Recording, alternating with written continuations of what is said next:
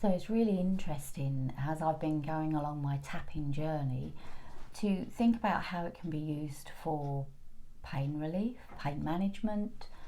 You know, a lot of my clients that come to me are suffering with some form of discomfort, whether it be low back pain, shoulder pain, neck pain, to name quite a few. And I thought there's so much evidence out there to say how EFT can help relieve the symptoms that are caused by pain, but also looking at it from an emotional point of view. And the more I look into it, I think, wow, why is this not being utilised by more therapists? Why are more therapists not looking at the emotional component attached to pain? Now, there are conditions where you would need to go and see, of course, a registered medical practitioner.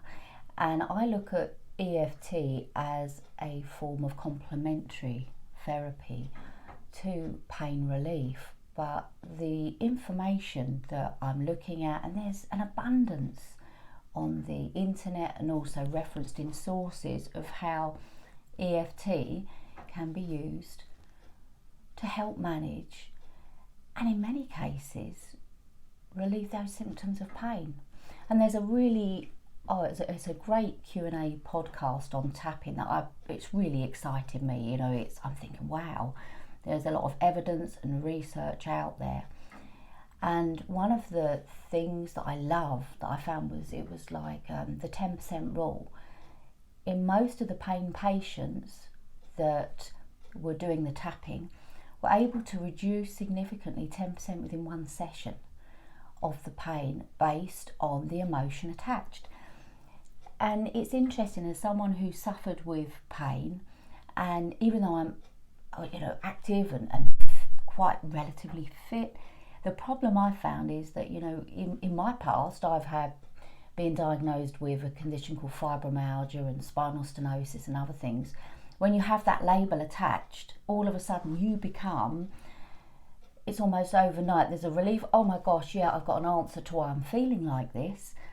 And then on the other hand, you start to become that condition. That condition takes over almost who you are. Oh, well, I can't do that because I've got fibromyalgia, or I can't do that because of my back condition. And what happens is, all of a sudden, you're believing that restriction.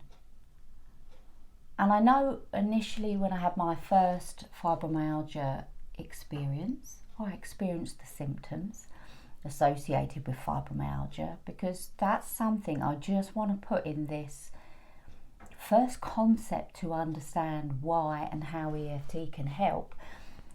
When you label yourself with a condition, and I'd like to say a lot of this is based on my experience and also my journey with my EFT practitioner.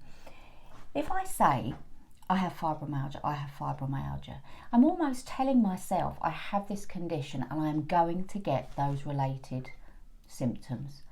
I'm going to get the fibro fog, the flare up, and it's going to be there 24/7, and it's not going to get any better. And all of that is unconscious. It's by what I read, what I pick up on.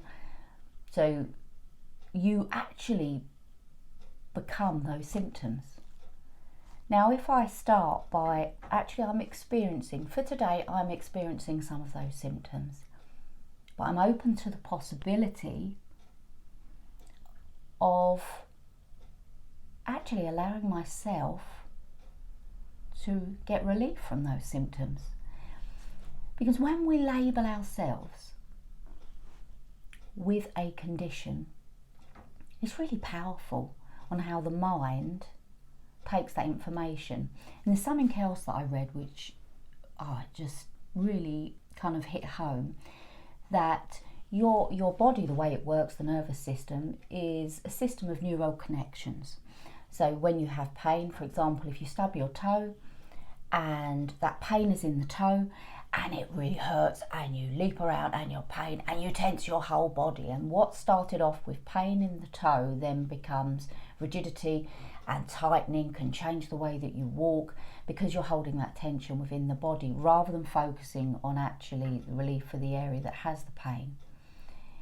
And the knock-on effect to the body can cause problems with your gait, problems with alignment, based on that one issue. Whereas if we focused on relieving the pain for that one issue and allowing the rest of the body, you know, miraculous things happen. And if you think about the concept of the body, you break a bone, you go to hospital, the healing and the repair happens within inside the body. You rest, you do what's required, but your body has the ability to do that healing.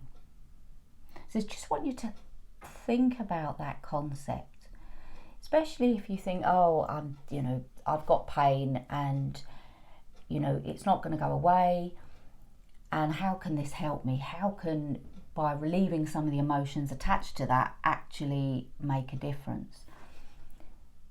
But if you think of the body's healing power, when you go into hospital, what do? 9 times out of 10, we're walking around dehydrated, so we get put on a drip. We may have antibiotics or procedures, and of course, you know, if there is something that's dysfunctioning in the body, then you may need an operation, and of course not taken away from all of the medical need that we have. But for many conditions, it's something that we can manage and support our own well-being. And I really wanted to share that with you, because to me, being a very logical person in respect to, surely if you hurt yourself and you reduce, you know, then that's caused because you've hurt your shoulder.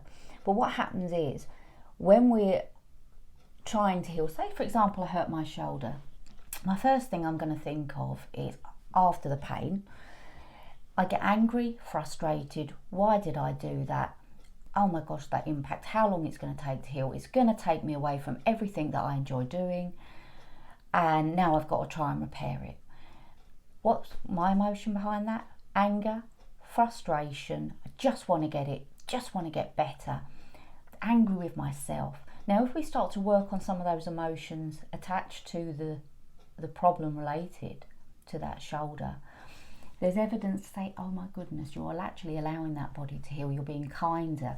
It's almost like you step back, look at what's happened, and be kind to yourself. Actually, you know, every single cell in the body, and I've got to share this, a guy called Bruce Lipton who does some amazing work. He's a doctor, about how our cells listen and respond to what we tell it. So I just wanted to share that with you this morning. You know, I'm going to really have a look more into this area and share information as I go on my journey, because something else completely unrelated, I suppose, to the pain issue is one of the things that I was always focusing is getting to that goal. So even for the EFT course, it was, okay, I can't wait to be a practitioner to support this. And sometimes we can forget the journey, and every part of our life, it's that journey from one stage to the next. So I'm choosing, that's something, my intention for 2022 was it's important to have a goal and an objective, but actually go through the stages. It's like my journey with EFT. It's just going to keep developing, and the more information we get, and it's actually allowing to enjoy the journey, that process, and not getting focused so much on that end goal. You can even look at it on weight. What do we do? Oh, I need to get to 9.5 stone. For example, for myself, I want to get to 9.5 stone. But what we do is we forget to celebrate. Oh my gosh, that goal of, I've lost 1 pound, I've lost 2 pounds, I've made some changes, I've drunk more water. So we can get lost in the appreciation of our journey. Anyway, I hope you found that interesting. I just had to share that with you this morning. And much kindness.